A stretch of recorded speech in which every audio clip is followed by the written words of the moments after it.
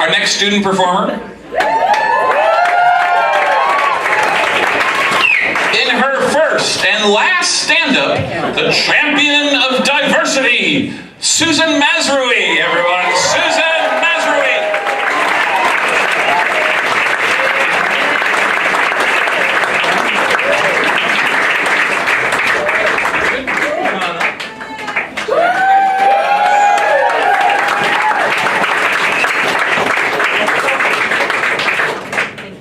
I can tell height is the area of diversity I'm working on. For those of you who are worried, I am not taking driver's training. But I do have to take a test every year for my company to pass the driving test, because it's just easier than firing all the lawyers explaining what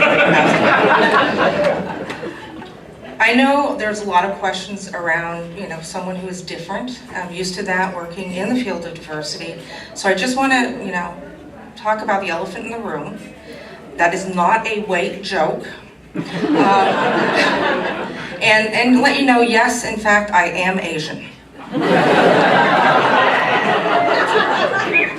I actually am biracial, and I know that surprises a lot of people, not as much as it surprised my mother, who is Japanese. I was born with red hair and blue eyes, and she just did not expect to have a troll. She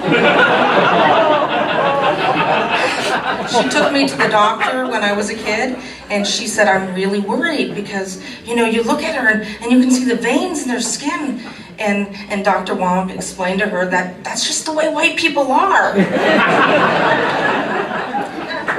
Actually, most people probably notice that in fact I am blind. I'm very comfortable with that. Is there anybody here who didn't notice that? I'd like to have you raise your hand. And if they are raising their hand, please take their keys, because they're not really observant. Or they're blind.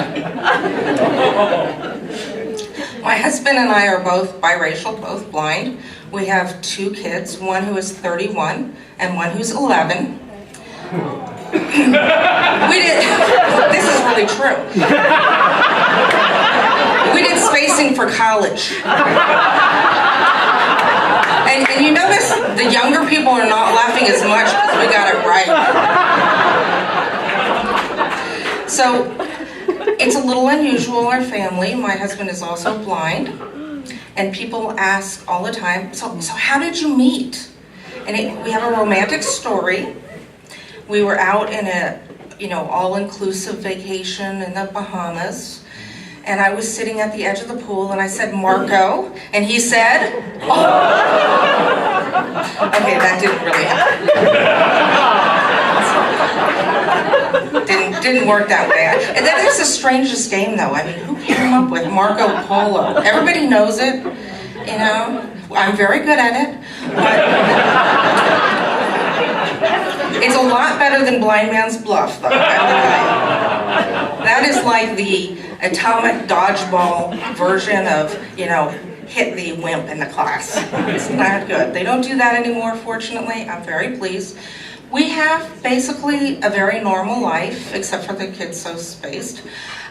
We do things just like everyone else does.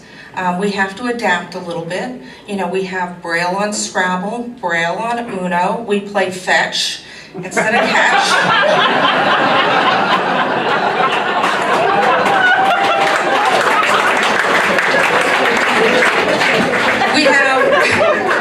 We do things a little differently. When my older one was a toddler, she would walk around holding her hands because she was the nice, good kid.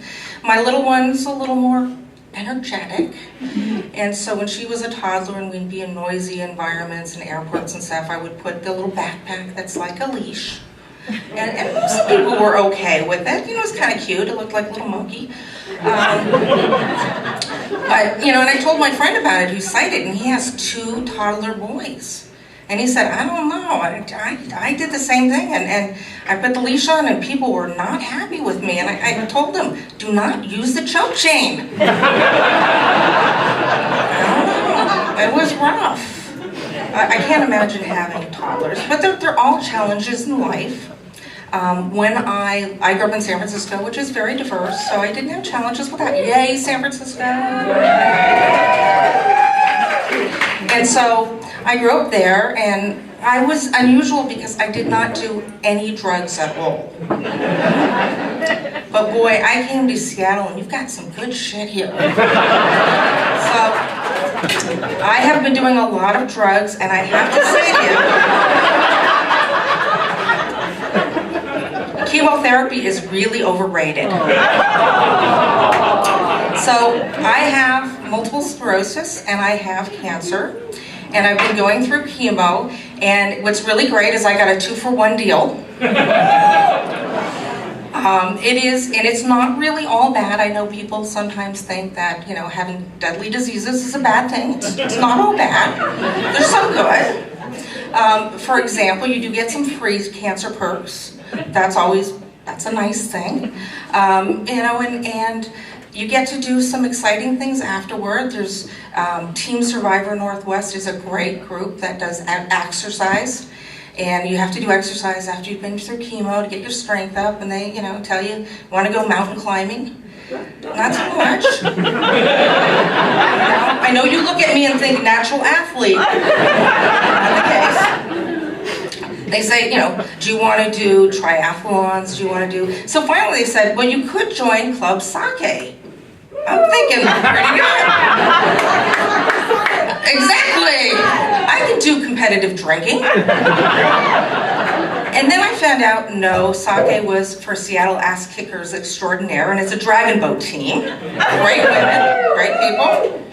And I have to say, I joined the Survivor Sake team, and those are tough women, because if you don't do well, they will vote you off that boat. Well, I thank you very much for your time. I hope that